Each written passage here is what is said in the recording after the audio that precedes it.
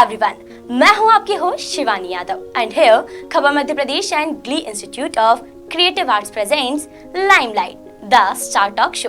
और आज हमारे साथ खबर मध्य प्रदेश के स्टूडियो में मौजूद हैं इंडियाज गॉट टैलेंट सीजन 5 की winner, director of Nadiyo Gurukul, dance world cup winner Italy Bulgaria, EC member of DAVV and so many more. इनके बारे में जितना कहूँ उतना कम है, क्योंकि ये एक आर्टिस्ट हैं जो टैलेंट से भरपूर हैं। हर कोई इनसे मिलना चाहता है, हर कोई डांस की फील्ड में इनके जैसी पहचान चाहता है। अपने डांस की स्किल्स से पूरे विश्व में अपनी पहचान बना चुकी डॉक्टर रागिनी मक्कर। रागिनी जी, खबर मध्य प्रदेश के स्टूडियो में आपका बहुत बहुत स्वागत करती हूँ। आज के दौर में वैसे तो हर कोई इस नाम से परिचित है, क्योंकि क्लासिकल की अगर बात करें तो रागिनी जी का कोई जवाब नहीं। पर ये सब एक या दो दिन की मेहनत का फल नहीं, बल्कि मेहनत है कई सालों की। आइए रागिनी जी से जानते हैं कि कैसे हुई उनकी इस डांस की दुनिया में एंट्री, कैसा रहा उनका सफर। मेरी डांस की जर्नी मैंने स्टार्ट की थी 2.5 में, जब मेरी माँ ने मुझे इससे परिचित करवाया जी। और सबसे पहले मेरी सितारा देवी जी के पास से इसकी शुरुआत हुई और ये सफ़र चलता रहा। 25 साल पहले मैंने नादियो गुरुकुल की स्थापना की और एट प्रेजेंट नादियो गुरुकुल कलाग्राम की स्थापना करने जा रही हूँ, जो मध्य प्रदेश का हमारा सबसे बड़ा और सबसे पहला रेसिडेंशियल गुरुकुल होगा, जहाँ गुरु शिष्य परंपरा में बच्चे कथक नृत्य की शिक्षा ले पाएंगे, संगीत की शिक्षा ले पाएंगे। और आप बोल सकते हैं कि मेरा ड्रीम प्रोजेक्ट है और इसके लिए बरसों से मैंने जो सपना देखा था, मतलब कह सकते बचपन से देखा था, जो मैं आज ईश्वर की दया से और गुरु लोग के आशीर्वाद से पूरा करने जा रही हूँ। तो मैम, जो ये कलाग्राम इंस्टीट्यूट की आपने बात की, इसका वर्किंग कैसा रहेगा, कैसा आपका स्टाफ रहेगा, इसकी क्या प्लानिंग है आपकी?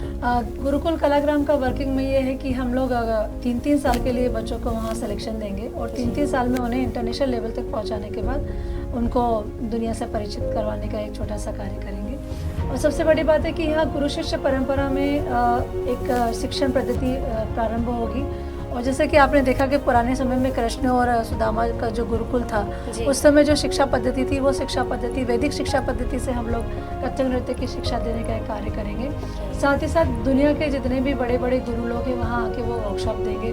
इस प्रकार आपको उसी एक रूफ के अंदर बड़े बड़े प्लेटफॉर्म, बड़े बड़े गुरु लोगों से सीखने का एक मौका मिलेगा। तो ये बोलना चाहिए कि मेरी इच्छा है, मेरी मंशा है कि नादियो गुरुकुल कलाग्राम, कला का गाँव जैसे एक बसाने की उम्मीद है और काफ़ी हद तक वो अभी ऑन द वे सक्सेसफुल होगा ही। जी मैम, तो आपकी जर्नी आपने बताई कि 2.5 साल से आपने डांस जो शुरू किया था, तो बाकी सब फील्ड्स को छोड़ के, क्योंकि कहीं ना कहीं एजुकेशन भी एक चीज़ है, उसके अलावा भी सिंगिंग, एक्टिंग, बहुत सारी चीज़ें हैं, जॉब है, बिजनेस है, उन सबको छोड़ के आपने डांस को ही क्यों चुना, ऐसी क्या वजह रही?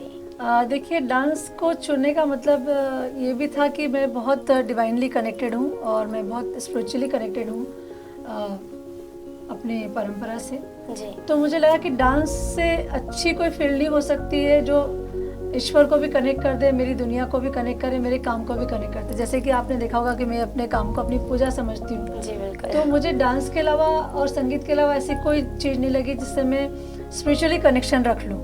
तो मुझे मेरी माँ ने जो परिचित करवाया, मेरी माँ ने भी मुझे एक ही चीज़ दिखाई कि बस यही आपका टारगेट है। जनरली मैं ये पेरेंट्स को भी कहना चाहूँगी कि आप अपने बच्चों को कभी भी मिसगाइड ना करते हुए सिर्फ उनको एक राह बताइए कि उस राह पे चलना है, जो मेरी माँ ने मुझे बताई। उसके बाद मुझे उस राह से बोलना चाहिए इतना लगा हुआ कि मुझे आगे वही करने को रहा कि नहीं, मेरे को इसके अलावा शायद मेरी दुनिया है ही नहीं। तो मैम, आपकी इस दुनिया में कभी आपको ऐसा लगा कि अब नहीं हो पाएगा, मतलब या कोई ऐसा डिमोटिवेशन या फिर कभी कोई ऐसी सिचुएशन आ गई जब आपको लगा कि मैं गिव अप कर दूं? नहीं, ऐसा मैं कभी नहीं करती हूँ और मैं बहुत स्ट्रिक्ट हूँ इस मामले में, बहुत ज़िद्दी हूँ मैं जी। और हर चीज़ से लड़ना मैंने सीखा है और चुप रह के मैं काम नहीं करती और मैंने कभी ये नहीं सोचा कि मैं क्विट कर लूँ। क्विट तो मेरी लाइफ में लिखा ही नहीं है। और दूसरी बात, किसी भी चीज़ को छोड़ना मेरे लिए नहीं है। मैं हर चीज़ को चैलेंज लेते हुए आगे बढ़ना चाहती हूँ और अभी तक मैं चैलेंज लेके ही आगे बढ़ी हूँ। ये तो मेरे दिमाग में कभी आया ही नहीं और ना कभी आएगा भी नहीं। जी मैम, लेकिन अगर आज की जनरेशन की बात करें, क्योंकि शायद आपकी एक जो आपको बैकग्राउंड मिला, जो आपको चीज़ें मिली, उसमें वो सब चीज़ें नहीं थी और आपने अंदर से ये सोच लिया था कि मुझे करना ही है तो मैं करूँगी। लेकिन जो आज की जनरेशन है, बहुत छोटी छोटी सी चीज़ों पे वो लोग हार मान जाते हैं कि नहीं, हम नहीं कर पाएंगे या अब हमसे नहीं होगा। तो उस सिचुएशन पे आप क्या कहेंगी कि आज की जनरेशन को कहाँ समझने की और सुधरने की जरूरत देखिए, है? आज की जनरेशन को सबसे बड़ी बात है फोकस बहुत ज़रूरी है। अगर आपको विज़न है आपका, तो आपको मिशन भी होना चाहिए। आप बच्चे मिशन तो बना लेते हैं लेकिन विज़न नहीं क्लियर कर पाते। जी बिल्कुल। तो मुझे लगता है कि विज़न अगर क्लियर हो जाएगा तो मिशन में भी कामयाबी अपने आप मिल जाने वाली है। दूसरी बात, फोकस रहे, हर चीज़ के लिए फोकस रहना बहुत ज़रूरी है। आज की जो हमारी जो जनरेशन है वो फोकस्ड नहीं है, जी अपना फोकस बार बार डाइवर्ट कर देती है, तो उसी की वजह से वो अपने टारगेट पे पहुंच नहीं पाते और यही कारण है कि आज की जनरेशन सक्सेस नहीं ले पाती और कहीं डिप्रेस हो जाती है। दूसरी बात, मुझे लगता है कि हमें सबसे पहले दृढ़ संकल्पित होना चाहिए। अगर संकल्प आपका रहेगा तो संकल्प से निर्माण बहुत जल्दी होता है, मुझे ऐसा लगता है, जहाँ तक मेरा एक्सपीरियंस। तो अगर हम लड़कियों की बात करें तो लड़कियों को कहीं ना कहीं घर से नहीं निकलने दिया जाता है और कमज़ोर समझा जाता है। और आमतौर पे अगर लड़की ऐसी फील्ड चुन ले, जैसे मैं सिर्फ डांस को ना लेते हुए एक्टिंग और सिंगिंग और जितनी भी अभी के ग्लैमर इंडस्ट्रीज़ है उसमें लड़कियों को काफ़ी अप्रिशिएट नहीं किया जाता है, कहीं ना कहीं फैमिली में और समाज में दोनों। और काफ़ी ऐसी भ्रमित चीज़ें हैं जो उनको कि नहीं ये मत करना, या फिर पेरेंट्स भी सोचते हैं कि नहीं नहीं रिलेटिव्स क्या कहेंगे, ये सब चीज़ें हो जाएंगी तो आप ये मत करो। तो उसको आप किस नज़रिए से देखती है, आपका उस पर क्या कहना है? नहीं, मुझे लगता है कि पेरेंट्स को भी अपना नज़रिया बदलना चाहिए और आप एक बार बच्चे को करने की हिम्मत तो दीजिए। वो देखिए आपके लिए कितना सुंदर भविष्य का निर्माण करके देगा। तो मुझे लगता है कि हर पेरेंट्स को अपने बच्चों पे बहुत बिलीव करना चाहिए, उनकी बात को समझना चाहिए। जनरली पेरेंट्स आज पुराने पेरेंट्स ऐसे होते थे कि अपनी बच्चों की बातों को समझ नहीं पाते थे। अभी तो ऐसा एजुकेशन के मामले में आने के बाद मुझे नहीं लगता कि ऐसे पेरेंट्स होते भी होंगे। सो मुझे लगता है कि अगर आप अपने बच्चे को समझ के अगर आप उसको फील्ड को चुनने देंगे तो सबसे बेस्ट, क्योंकि जो व्यक्ति जहाँ कंफर्टेबल होगा वहाँ अच्छी तरह से काम कर पाएगा। जैसे डांस मेरा बोलना चाहिए मेरा संसार है, मेरी सांस है, मेरी श्वास सांस में, मेरे रग रग में डांस बसा हुआ है। तो अगर मुझे कोई डांस से दूर करने को कहे तो वो पॉसिबल भी नहीं है और कहता भी नहीं है। तो कहीं ना कहीं पेरेंट्स और बच्चों को दोनों को समझने की जरूरत है कि बच्चा भी सही चुने और बच्चे को भी रखना चाहिए कि आपको पेरेंट्स ने जो जिम्मेदारी दी है, जो एक अपॉर्चुनिटी दी है, उसका गलत फायदा ना उठाए, उनके विश्वास को तोड़े ना। अगर उनके विश्वास को तोड़ देंगे तो फिर आगे के लिए सभी पेरेंट्स उस चीज़ को ख़त्म कर देंगे। तो मुझे लगता है कि दोनों तरफ से बरोबरी बात बनना चाहिए। और दूसरी बात, लक्ष्य अगर आपका होगा तो फिर आपका कहीं ध्यान जाएगा ही नहीं। आप हमेशा देखिए, मैं स्पिरिचुअली क्यों कनेक्टेड हूँ, इसलिए कि जैसे आपने देखा होगा कि जब अर्जुन ने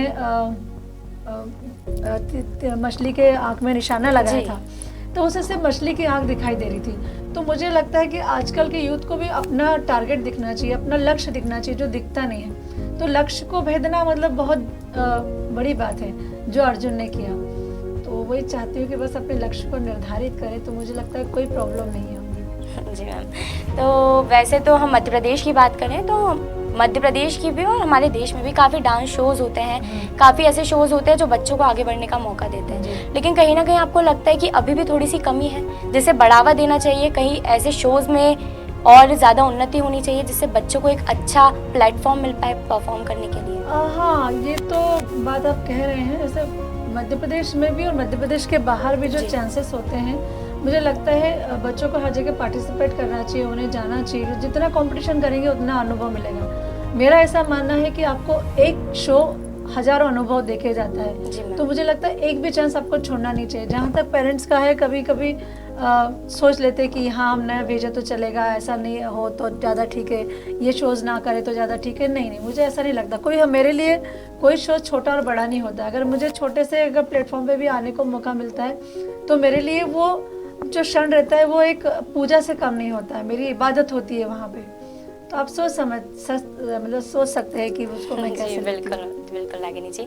तो फिल्म सिटी की अगर हम बात करें, क्योंकि सबसे बड़ा प्लेटफॉर्म जितना हम लोग देख पा रहे हैं वो अभी इंदौर शहर के लिए एक प्लेटफॉर्म भी है, एक बहुत बड़ा अचीवमेंट भी है। तो फिल्म सिटी अगर एस्टेब्लिशमेंट हो जाता है तो उसमें करियर अपॉर्चुनिटीज़ के कितने चांसेस हैं?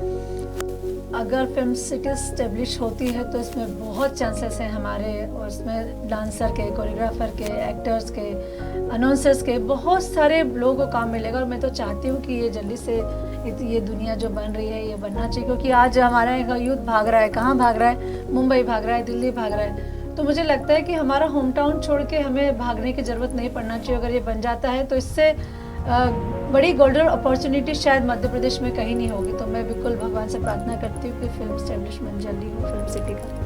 बिल्कुल रागिनी जी, तो देखा जाए तो अभी जंक फूड के इस दौर में आप फिटनेस को कितना इम्पोर्टेंट समझती हैं, और साथ ही साथ एक डांसर की अगर बात करें तो उनके लिए फिट रहना सबसे ज़्यादा ज़रूरी है? देखिए, डांसर्स के लिए नहीं, हर व्यक्ति के लिए फिट रहना बहुत जरूरी है। डांसर्स के इसलिए क्योंकि उनका प्रोफेशन है जी। लेकिन मैं मानती हूँ कि अगर हर व्यक्ति अगर फिट होगा तो वो बहुत अच्छे कल का निर्माण कर पाएगा। यदि हम फिट ही नहीं रहेंगे तो हम अपनी किसी भी काम को अच्छी तरह से गति नहीं दे पाएंगे।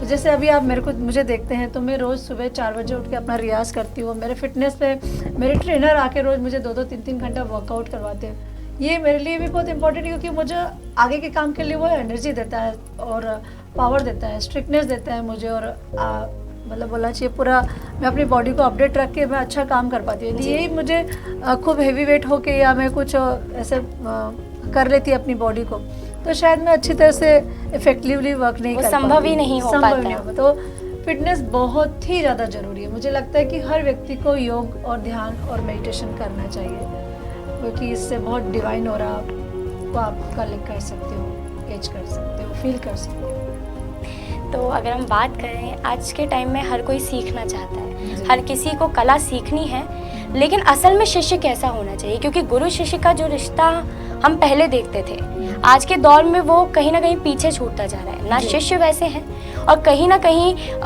गुरु से वो इतना कनेक्टेड नहीं है। तो उनको इस चीज़ में आप क्या नज़रिया क्या है आपका कि आप क्या सोचते हैं ऐसा होना चाहिए? देखिए, शिष्य के लिए बताऊँ तो सबसे पहली बात सरेंडरशिप होनी चाहिए। बिगर सरेंडर करे मतलब गुरु के सामने समर्पित बिगर हुए कुछ आपको आ नहीं सकता। दूसरी बात मुझे लगता है कि एक गुरु से सीखने के लिए आपको अपने जो व्यक्तित्व है उसको संस्कारित करना पड़ता है। अगर संस्कार नहीं होगा तो शिक्षा की नींव खड़ी नहीं होगी। और आजकल के जो यूथ हैं उनको मुझे लगता है कि शायद पेशेंस नहीं है या गुरु पे भरोसा नहीं है। तो मुझे नहीं लगता है कि अगर वो इस फील्ड में आगे जाएं और कुछ कर लें। जी। जब भी आपको गुरु पे भरोसा नहीं रहेगा, आप गुरु के लिए इतना डेडिकेट नहीं हो सकते तो शायद आप किसी भी चीज़ को अच्छी तरह से नहीं कर पाएंगे। मुझे ऐसा लगता है, जहाँ तक मेरा हिसाब है तो मैं बहुत अच्छी शिष्या भी हूँ और मैं भगवान को थैंक्स बोलती हूँ कि मुझे मेरी सोच में भी मेरे गुरु के लिए परिवर्तन नहीं है। जो उन्होंने मुझे अक्षर सिखाया, मैं कोशिश कर रही हूँ एक अच्छे शिष्य की तरह कि मैं उसे आगे बढ़ाऊँ। और यही अच्छे शिष्य का कर्तव्य है जो हर व्यक्ति को करना चाहिए। लेकिन ये चीज़ आजकल के जनरेशन में कहीं ना कहीं छोड़ दे पाती हूँ। और मुझे बड़ा दुख होता है कि आजकल के जो मतलब मैंने ऐसे बहुत सारे स्टूडेंट बनाए जिनको मैंने 13-13, 14-14 साल सिखाया है, लेकिन आज उनकी जब मैं बातें देखती हूँ, उनका बिहेवियर देखती हूँ तो मुझे बड़ा दुख होता है कि मैंने किस व्यक्ति को शिक्षा दे दी। तो कहीं कहीं मैं बहुत दुखी हूँ। और एक 14-15 साल को रिलेशन रख के स्टूडेंट को सिखाना बहुत बड़ी बात होती है और बहुत बड़ा रिश्ता होता है वो। जी बिल्कुल। और ऐसा भी नहीं कि ये तो ऐसी शिक्षा नहीं कि आपको ब्लैक बोर्ड पे लिख दिया और आपको आ जाए। जब तक हमारे यहाँ के दिल की मतलब वाइब्रेशन आपको ट्रांसफ़र नहीं होगी तब तक आपको डांस और म्यूज़िक आ नहीं सकता। डांस और म्यूज़िक ऐसी कला है कि वाइब्रेशन पे आधारित है। जब तक गुरु नहीं चाहेगा तब तक शिष्य को नहीं आता है, ये हकीकत है। और आ जाने के बाद यदि शिष्य का बदल जाना मतलब वो गुरु को बोलना चाहिए कि एक बिल्कुल तोड़ देता है। हाँ, दिल दुखाने वाली बात हो जाती है वो कि जब दिल टूट जाता है, गुरु टूट जाता है, क्योंकि वो आपसे ऐसे कनेक्टेड नहीं रहता है, वो आपसे दिल से कनेक्ट हो जाता है। जब तक कि दिल से कनेक्ट नहीं होगा तो अपनी शिक्षा दे नहीं पाएगा। तो मुझे लगता है किसी भी शिष्य को ऐसा नहीं करना चाहिए। और जैसा कि मैं मानती हूँ कि मैं बहुत अच्छी शिष्या हूँ और मैं अपने सारे गुरुओं को बहुत महत्व देती हूँ और आज भी मैं सारे गुरुओं के पास जाती हूँ। और मुझसे गलती भी हो जाती है, जब भी बचपन में भी गलती हो जाती तो मैं बिल्कुल कान पकड़ के और घुटनों के बल पे बैठ के सॉरी बोलती थी। लेकिन आज की जनरेशन में ये सॉरी बोलना या उसको फील करना, मतलब सॉरी बोलने की तो बात बहुत ही दूर की बात है, मानने को तैयार नहीं रहते। तो ये नहीं होना चाहिए। एक अच्छे शिष्य बनना बहुत ज़रूरी है। इसके लिए मैं बोलना चाहूँगी, संस्कार है तो शिक्षा का मूल्य पता लग जाएगा। तो इसलिए संस्कार के भी शिक्षा की नींव खड़ी होगी। जी, तो अगर हम एज अ डांसर बात करें तो हम करियर अपॉर्चुनिटीज़ कितनी देख सकते हैं इसमें कि कितने चांसेस हैं एक अच्छे करियर के? डांस में करियर की कोई कमी नहीं है, बहुत अपॉर्चुनिटीज़ हैं। अगर आप करना चाहें तो अगर आप अगर बॉलीवुड में जाना चाहें तो वहाँ कोरियोग्राफी की कमी नहीं है। आप सीरियल्स में जाना चाहें तो सीरियल्स में भी आजकल छोटे छोटे डांसेस वो होते हैं। फिर आप अगर किसी भी स्कूल में जाएं तो आपको अच्छे आप कथक डांसर बन सकते हैं, कथक टीचर बन सकते हैं। फिर आजकल तो हमारी जो गवर्नमेंट है उन्होंने भी बहुत सारी चीज़ें स्कीम चला रखी है जहाँ पे आप जाके प्रोफेशनली वर्कर, जैसे आप कथक केंद्र की बात करें तो वहाँ रेपेट्रीज खुली हुई है। रेपेट्रीज में आप कथक आर्टिस्ट बन के अपना करियर स्टार्ट कर सकते हैं। नाद्योग हमारा खुद गुरुकुल ऐसा है जहाँ पे आप आके, और जैसे हमारी जो ट्रेनीज हैं जो हमारे पुराने मतलब जिन लोगों ने सीख लिया है उनको हम एम्प्लॉयमेंट देते हैं हमारे यहाँ पे। और दूसरी बात कि आज हर गवर्नमेंट स्कूल में देख लीजिए, कॉलेजेस में देख लीजिए, कथक के मतलब क्लासिकल डांस के स्कूल्स खुले हैं, कॉलेजेस खुले हैं, वहाँ पे भी आपको बहुत करियर जॉब मिल जाएगा, मुझे ऐसा लगता है। और खुद का अगर जैसे आपका मैं खबर मध्य प्रदेश का देख रही हूँ तो इतना बड़ा स्टूडियो है, यहाँ पे एक छोटा सा ट्यूटोरियल अगर हो जाए तो हर जगह इसकी डिमांड है। जी बिल्कुल, हमेशा और भी ध्यान देंगे। उसके अलावा हमने सुना है कि आपके सफ़र में आपके पिता की बहुत अहम भूमिका रही, तो क्या इस तथ्य में कितना सच है कि कैसा रहा आपका सफ़र और कैसे आपके पिता हमेशा आपके पीछे खड़े? देखिए, फादर का मैं बात बोलना चाहूँगी। मेरे पिताजी को मतलब इस संगीत और नृत्य की दुनिया से बहुत कम उनका वास्ता रहा है जी। लेकिन उसके बावजूद भी उन्होंने मुझ पर ब्लाइंड फेथ किया। मतलब जब भी उन्होंने मुझे आगे सोचने की भेजी या मुझे करने की भेजी तो उन्होंने कभी मुझ पर क्वेश्चन नहीं किए। मतलब मेरी हर बात को उन्होंने साक्षर सच माना, तो कभी भी मुझे उनकी विश्वास को तोड़ने की हिम्मत भी नहीं हुई जी। और दूसरी बात कि जहाँ तक मेरे पिताजी का है कि मेरे पिताजी ने मुझे सिर्फ यही बोला, मतलब जब मुझे हॉस्टल में छोड़ा था, कि तुम जो भी करो ये सोचना कि तुम्हें आगे की जनरेशन को जवाब देना है जी। तुम अभी का सोच के मतलब एट प्रेजेंट सोच के फ्यूचर खराब मत करना, तुम फ्यूचर का सोच के पास्ट को भी अच्छा बना लेना जी। ऐसा तो कहीं ना कहीं उन्होंने आपको एक बहुत अच्छी सीख दी जिसको लेके आप आगे बढ़ते हैं। और मेरे फादर वाज वेरी मतलब बहुत फ्रेंडली थे मुझसे, और हमारे यहाँ हम कोई भी बात मतलब छुपाते नहीं थे हमारे डैडी से। सबसे बड़ी बात है, मैं आप जनरेशन को भी बोलना चाहूँगी कि पेरेंट्स से बढ़ के अच्छा मित्र और अच्छा हितैषी कोई नहीं होगा। तो मुझे लगता है आपके पेरेंट्स को आपको कोई बात छुपानी नहीं चाहिए। जैसे कि मेरे पिताजी ने मुझे हर उस समय सिचुएशन में हेल्प किया, मेरी मदर ने उस समय हेल्प किया जब मुझे लगा था कि यहाँ पे अभी सब खत्म हो जाने वाला, तब मेरे मम्मी और पापा मेरे पीछे खड़े रहे। हाँ, तो अगर हम बात करें आखिरी में चलते चलते कि लड़कियाँ जो इस फील्ड में अपना करियर बनाना चाहती हैं तो उनको आप क्या मैसेज देना चाहेंगी कि कैसे उस करियर में आगे बढ़ सकती है? देखिए, आप अगर इसमें करियर बनाना चाहें तो पहले आप सोच लीजिए कि आपको इजीली कुछ नहीं मिलने वाला है। किसी भी फील्ड में आपको करने के लिए हम मेहनत की ज़रूरत होती है। जैसे आप अगर डॉक्टर बनना चाहें तो आप 7-8 साल देंगे तब जाके डॉक्टर बनेंगे। तो पर्टिकुलर आपको इसके लिए dedication, devotion, punctuality, realisation, hard work बहुत ज़्यादा ज़रूरी है। अगर ये आपको आता है और आप ऑनेस्ट हैं तो 100% आप किसी फील्ड में, इसी फील्ड में नहीं, किसी भी फील्ड में आप अपना करियर बना सकती। तो मुझे लगता है कि इसके साथ में आपको ऑनेस्टी बहुत ज़रूरी है, क्योंकि ये सारी चीज़ें जब क्रिया करेगी जब आप ईमानदार रहेंगे। ईमानदारी जब होगी तो बहुत अच्छा रहेगा। और मुझे लगता है कि जैसे मेरा सोचना है कि जिद करो दुनिया बदलो, तो मैं जिद करती हूँ लेकिन पॉजिटिव जिद करती हूँ। तो सब पॉजिटिव जिद करें और अपने आप को दुनिया बदलें। तो रागिनी जी, जितना मुझे लगता है हमारे व्यूअर्स को भी आपसे बात करके काफ़ी कुछ जानने को मिला होगा, उन्हें काफ़ी मज़ा आया होगा, क्योंकि कहीं ना कहीं हर कोई जानना चाहता है कि जब हमें कोई पर्सनालिटी देखते हैं तो हम जानना चाहते हैं कि उसके पीछे आखिर क्या है, कैसे वो इतना बड़ा नाम बना। तो इसी के साथ thank you so much Ragini ji, जो आप यहाँ आई हैं और आपने हमारे व्यूअर्स से और हमसे बात की। मैं आप सभी दर्शकों से भी इजाज़त चाहूँगी, आपसे फिर मुलाकात होगी। तब तक के लिए बने रहिए हमारे साथ खबर मध्य प्रदेश पर। Thank you so much.